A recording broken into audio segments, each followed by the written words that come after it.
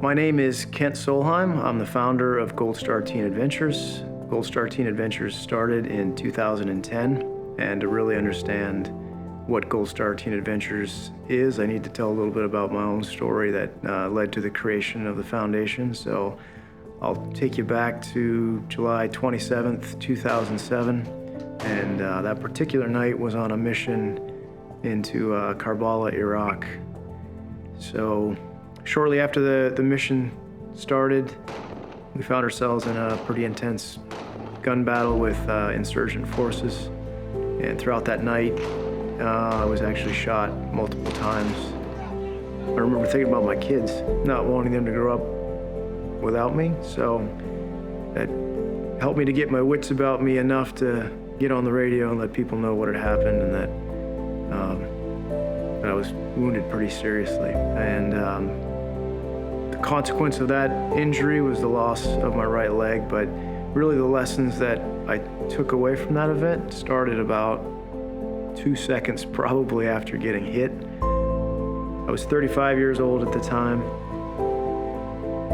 A patient at Walter Reed really had no idea what tomorrow would hold. At that time I didn't even know if I was gonna walk again, having gunshot wounds to both legs. And the surgeon at the time asked me if I'd like to talk to a guy that was about 6 months past the point at which I was, who shared the same injury as me.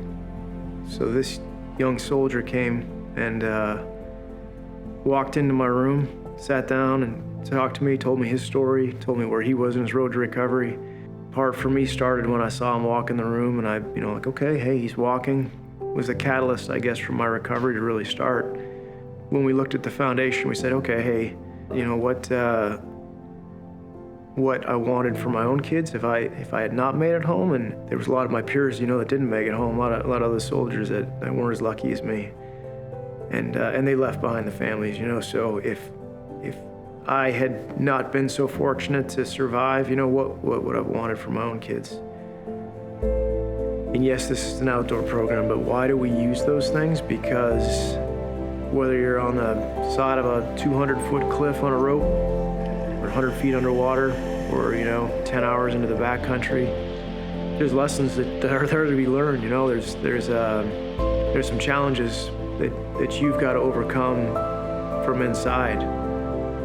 We often associate sacrifice with the service member, but sometimes we forget about the people they left behind. And so there's a sense of obligation for me that if I have the ability to do this, that I want to do it, and I owe it to the people that have paid that sacrifice for the freedoms that we have. So we will do this until the need no longer exists. And even this year, we are completely full with waiting lists.